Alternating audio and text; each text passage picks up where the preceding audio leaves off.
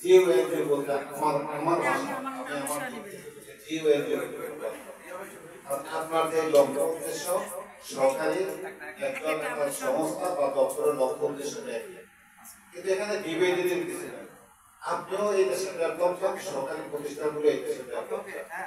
আপনি এক থেমে করেন, সরকারি এক থেমে করে।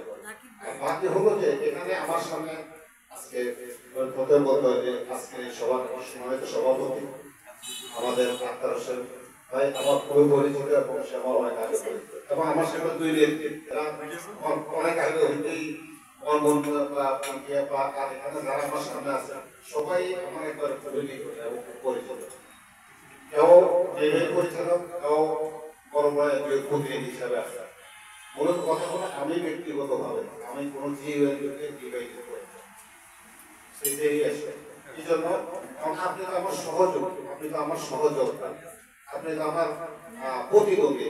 তাহলে আপনাকে যদি আমি কোনো কাজ যদি আমার তরফ থেকে কোনো সহযোগিতা করতে পারি, এখানে তো আমার ক্ষতি নেই, আমি আরো আগে এগিয়ে যাই। ঠিক তত আপনারাও যদি আমার কাছে আসেন, আমি ব্যক্তিগতভাবে বলতে পারি আমি কোনো জিওয়ে যেহেতু আমি এনজিও হিসাবে তাকে আমি সহযোগী হিসাবে ব্যক্তিগতভাবে আমার ব্যক্তিগত অন্যকে কিভাবে দেখে। এখন আমাদের দেশে যে আমাদের যে জিও সংস্থা বা দপ্তরগুলো আছে, এত লজিস্টিক সাপোর্ট নাই, এত জনবল নাই যে একবারে মানুষের দৌড় গোড়া একবারে তৃণমূল পর্যায়ে সেবা দেওয়া যাবে। একমাত্র এটা একমাত্র পারে আমরা যে আমাদের সহযোগী এনজিও গুলো যখন আমাদেরকে সাপোর্ট দেয় তখন।